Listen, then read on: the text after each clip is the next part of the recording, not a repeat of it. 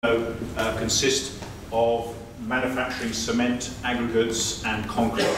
And we are the largest player on cement, second largest on aggregates and fourth largest on concrete within the world. So we have operations all over the globe. What I wanted today just to quickly run through was to give an overview of the global challenge of water, and I think you're all probably well aware of that, so I won't spend too much time on that. I'll give an overview of our approach to water management. I'll also talk about how we manage biodiversity. I'll give a quick overview of our new 2020 ambitions that have just been released, and also talk about some of the products that we manufacture to actually help to manage water issues going forward. So, I mean, one of the statistics that always, startles me is that when you talk about the global water reserves, 97% are unpotable, and only 3% is actually water that you can actually drink and utilize. And of that potable water, only 16% is readily available. The bulk of it, obviously, is tied up with glaciers and other restrictions to make it not easily available.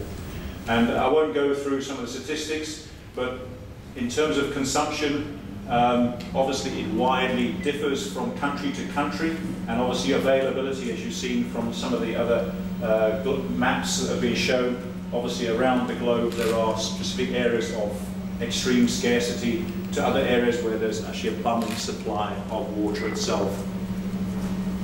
In terms of our operations, we have 720 active quarries across our operations and up to 1,100 ready-mix and asphalt and cement plant operations as well around the globe.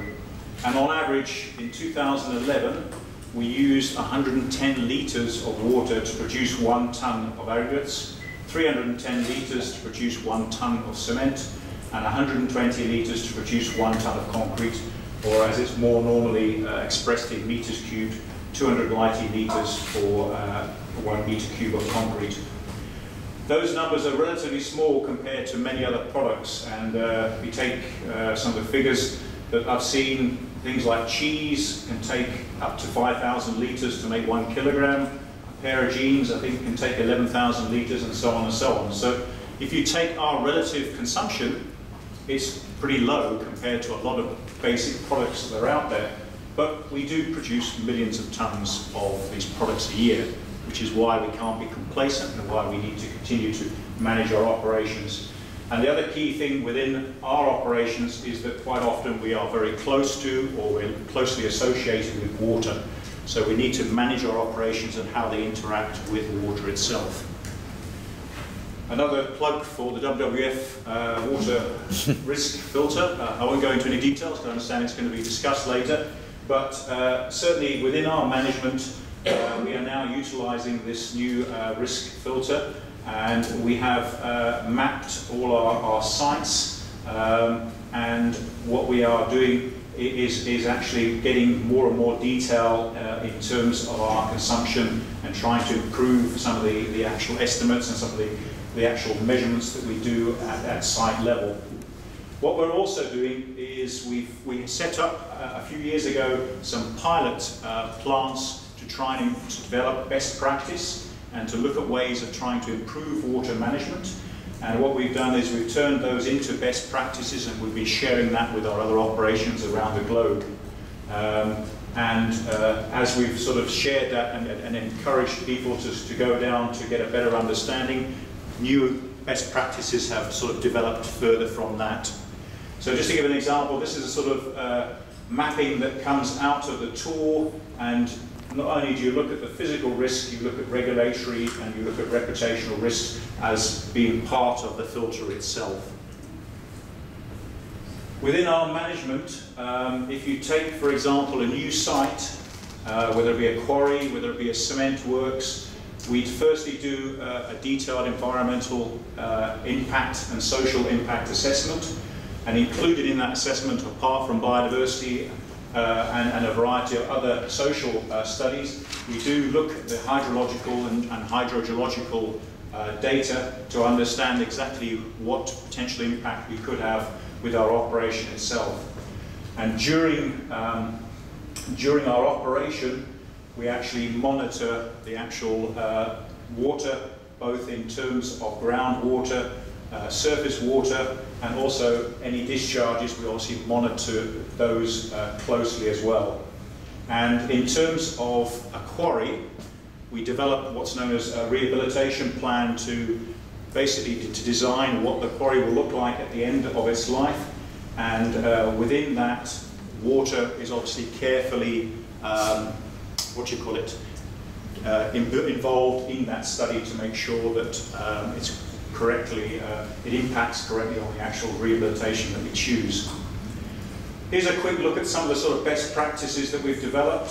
So mapping, showing exactly where your water is used, the pipelines. Some of our operations could be 30, 40, 50 years old.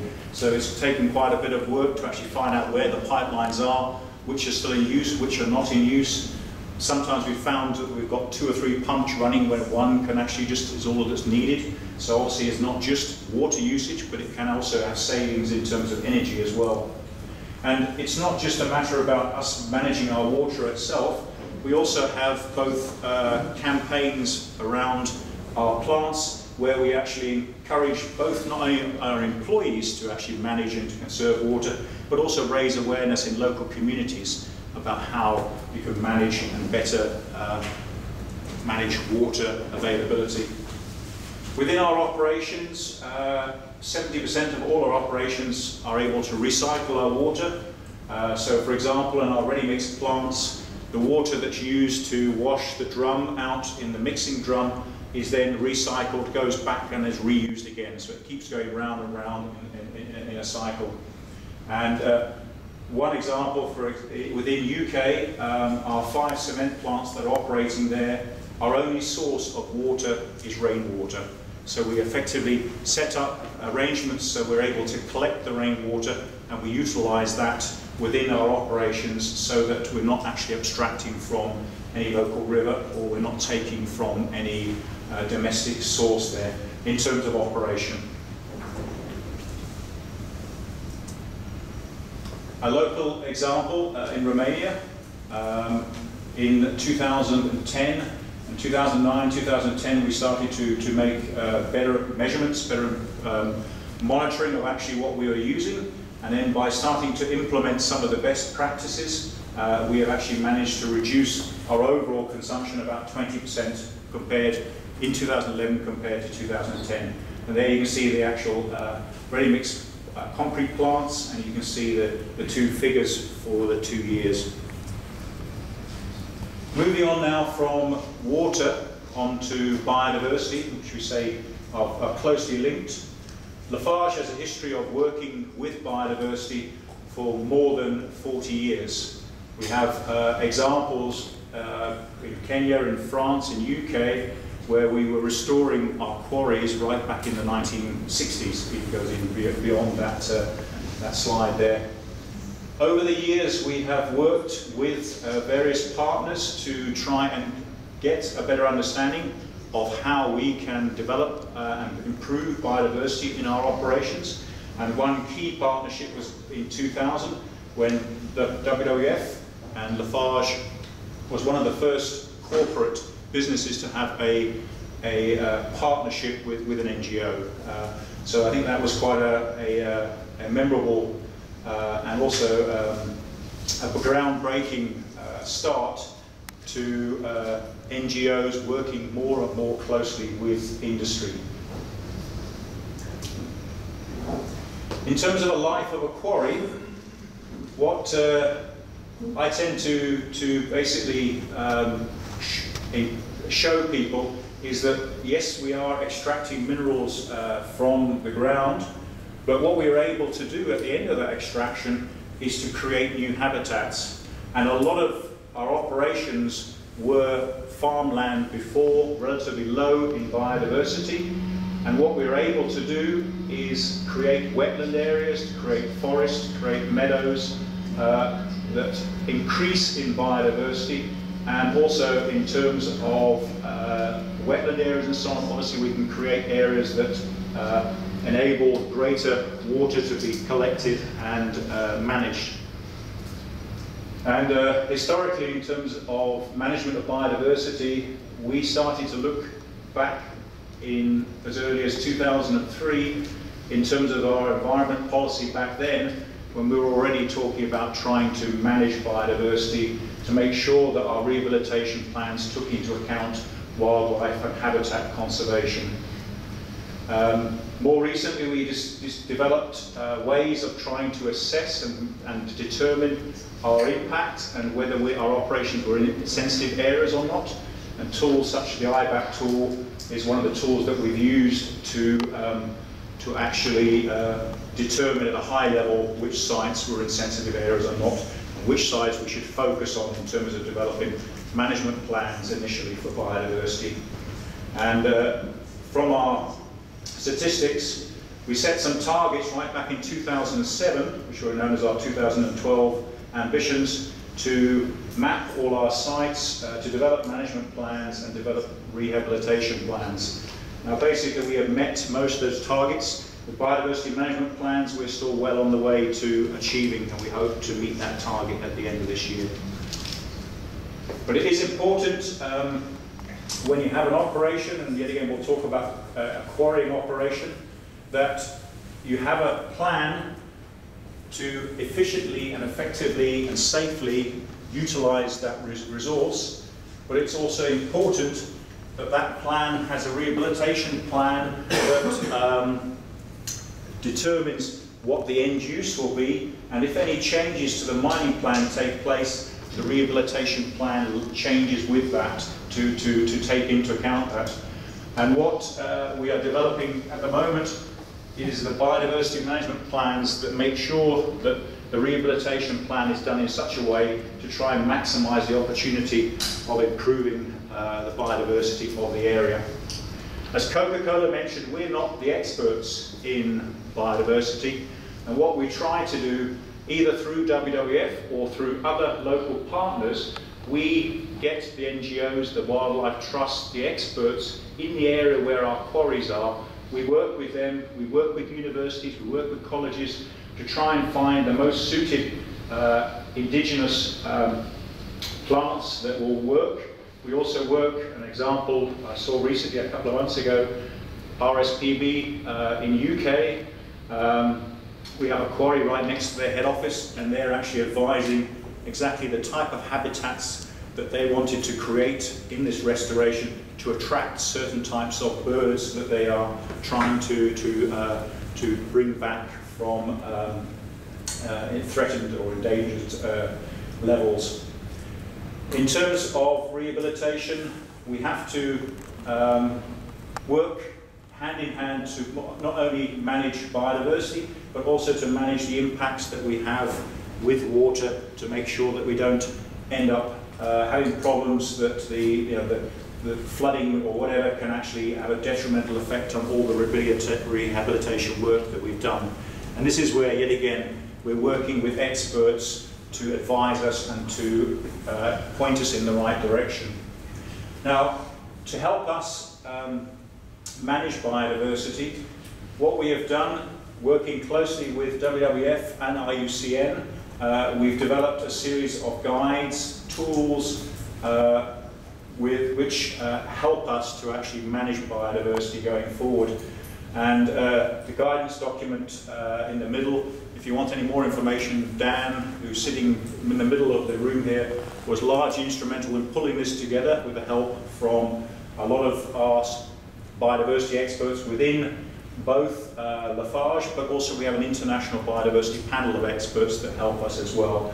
And what's the good thing about that guidance document, and we're going to make it a public document at the end of this year, we wanted a year to actually make sure that what we're saying is actually true, and that if there are any small differences or any improvements that can be made to the document, we get the opportunity.